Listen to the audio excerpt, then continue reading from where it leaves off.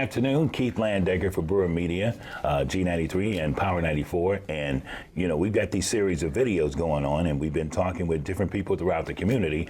And we've had some great guests come in to just share what they're doing and sharing their vision. Man, who better to have in the studios but the new mayor, Mayor Tim Kelly. Welcome. Thank you, sir. Good to be here, Keith. How's it going? Going well, you know. I'm encouraged every day. We're just kind of grinding it out. You know, it's been almost a year, which is hard to believe. But as we were talking about before we got started, you know, we're really just finishing out building our team and about to really get in gear on our One Chattanooga plan. Yeah, let's talk about your team a little bit. Yeah. Because you've had some exciting hires. I think so. Your new police chief. Talk about Celeste a little bit. And she's fantastic, and I think the community is really, really going to love her. She, I mean, that process, I should say, too, was an incredible, a very strenuous process, right? It was run by a national search firm called the Police Executive Research Forum that does this for cities across the country. Okay. And man, they do their homework, and so we had some incredible candidates. The finalists, as I've said many times, I would have been comfortable with any of them. They were all very high quality people, very, very well qualified. But something stood out about Celeste, right? I mean, her track record of working with youth and working not just like, you know, in the community, but with the community to make change and make our streets safer was really something. I thought it was impressive that she had made some history, you know, in Atlanta. Absolutely. And when she came here, she just was blown away with the city, how beautiful it was, and she's excited now to try to make some history around here too. She is, and she is a winner, right? She is not going to fail. She is one of those people who is just bound and determined to make it happen, and she wins people over, you know, one at a time, two at a time, or 10 at a time. But she will win you over, and so we got a lot of.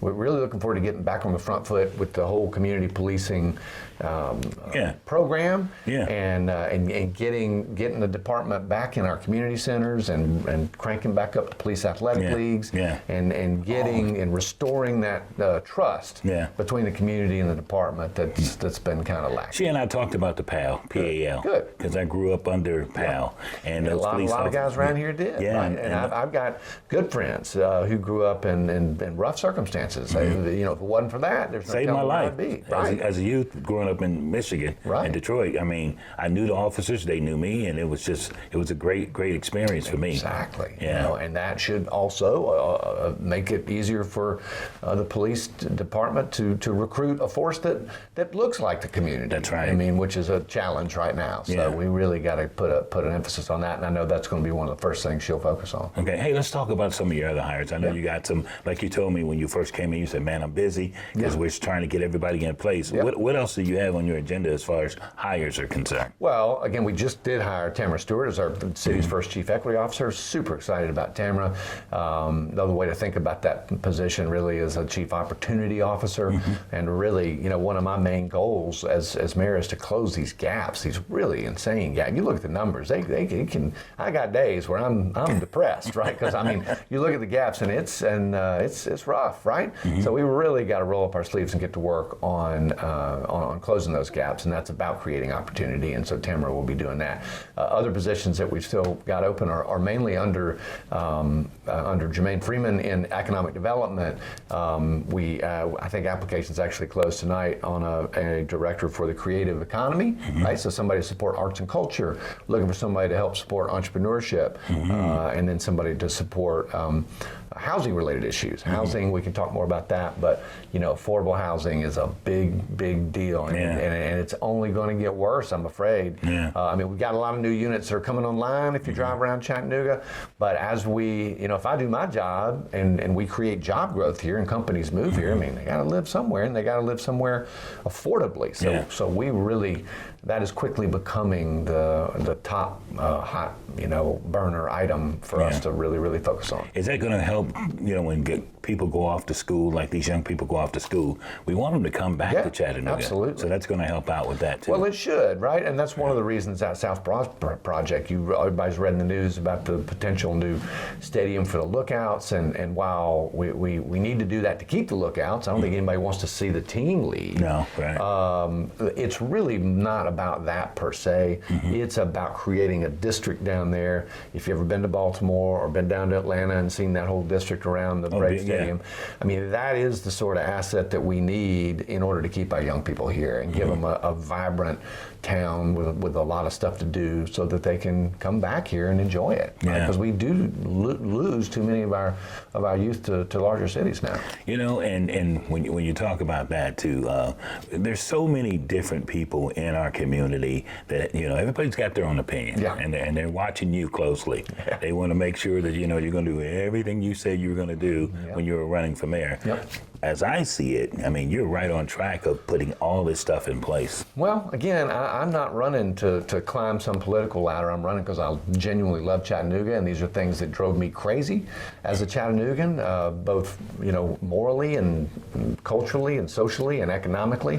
And so, I like fixing problems. And so I knew what the problems were before I walked in. Now there'll be some other problems that come up. We'll deal with as they come up. There already have been a few.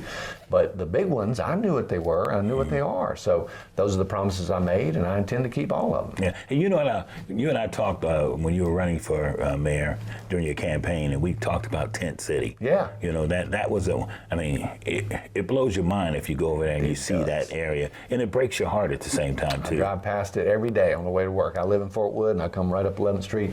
It does, and I do it on purpose. I don't avoid the area because I want to be reminded, that we still have the problem. And believe me, my staff can tell you that is the one thing where we've probably made the least visible progress. We've made progress behind the scenes, but it's it really breaks your heart, right? It does. But we will be next month opening an organized encampment with running water and bathrooms, and that will allow us to get a better grip on who the folks are that are in there, and then allow them to begin to, if they want to put their hat in the ring for a housing voucher, to get up and out, if they need mental health help, if they need addiction help, we can begin to quantify the problem better. And then we've got, we've also bought a motel that we will be turning into supportive housing. And that is happening. Neither of those things have happened quite yet. And so people kind of sometimes look up and go, well, what's happening? Nothing's happening. But believe it or not, we have managed to house year to date 144, I believe the number is, unsheltered individuals. And that's 144 that wasn't. That's exactly right. So the problem is the key with managing homelessness, is to make sure that if one person becomes homeless, you're at least getting another person off, so the problem's not growing.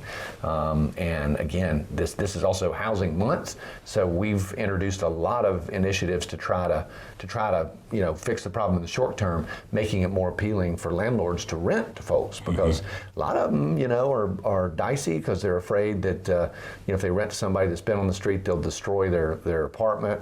Well, we've created a $100,000 fund that's like an insurance fund so that they can come to the city, and if that should happen, we'll give them up to $7,500 to repair a place, and that's already helped. We've already opened up quite a few places for people that otherwise probably wouldn't have been open. So we're looking at anything and everything we can. I knew that was a passion of yours. Well, it is. I mean, it has to be, right? I mean, if you're a person of conscience and you're paying attention driving around in Chattanooga, it's if it doesn't bother you, something's probably wrong with you. Exactly. All right, let's talk about Parks and Rec a little bit, because I know you have kind of restructured that a little bit.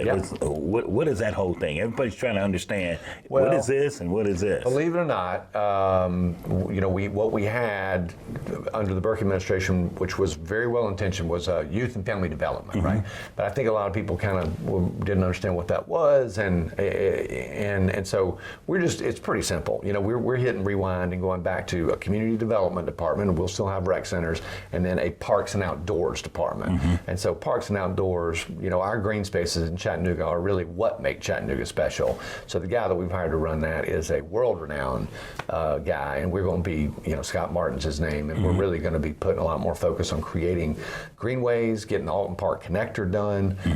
We just were able to open up a couple of parks. The Blue Cross with Blue Cross's partnership just redid the park down in St. Elmo. Okay. And then we're going to also be rebooting Outdoor Chattanooga and getting more people, outdoors, and whether that's on the river or on trails. I mean, and that's not just for middle class white people. I mean, that's part of the problem too. Is we've got to get more kids from rec centers out into those things. Lookout Mountain Conservancy does a great job with this now, so that they can see, the great outdoors, because there are a lot of great leadership lessons if you can get people out involved in those activities. So that reboot of Outdoor Chattanooga is going to be happening over the next year or so. Well, I commend you because, like I said, you're on track. You're trying to put everything together, and because we're celebrating the month of the woman, when you got Celeste and you got Tamara doing her thing, or Tamara, these are hires that I think that you are, you're changing the game a little bit. Well, I'm trying to, but it's important to know, right? Like, I do look at numbers when it comes to diversity and making sure we've got a department that looks like the city, but these are highly qualified people. This is not charity. This is not me hiring, I didn't hire Celeste because she was a woman or a black woman. I hired her because she was the best person for the job. And that's a fact. So it's an honor to be able, to offer those people positions who probably weren't, who were overlooked in the past. Look, it's an honor and a privilege to be able to do that as mayor. We do these interviews so you guys can meet people that are making things happen for our city, and we really appreciate when they come in and they talk candid with us, and they tell us the real, because that's what we want. We want the real. And I want to thank you for coming in and just being straight up with us, and like we say, keeping it real. Yes, sir, always. And we appreciate that. This is our mayor. You can see now why now. He was elected mayor. This is Tim Kelly, and whatever you can do to help the city, because you're going to be helping all of us as you help the mayor and his new administration. Thank you all for listening. Thank you, Keith.